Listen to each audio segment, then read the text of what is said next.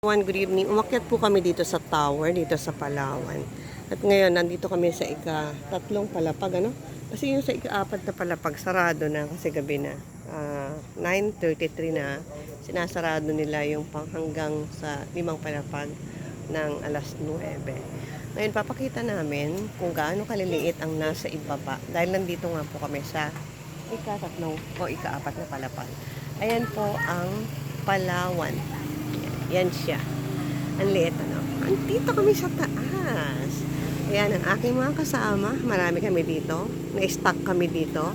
Pag nakababa kami, ang tawag sa amin ay survivor.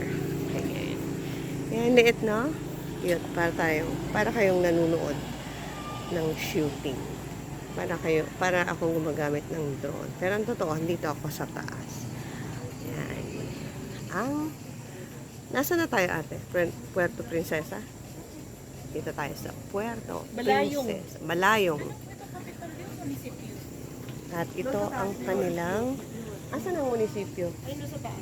Yan ang munisipyo, hindi makita. Malayong. Tapos ito, anong tawag dito? Hindi ko alam. Sports complex. Tawag nito Malayong. Ito ang lugar ng Balayong dito sa Palawan. Salamat po sa panonood. Magandang gabi.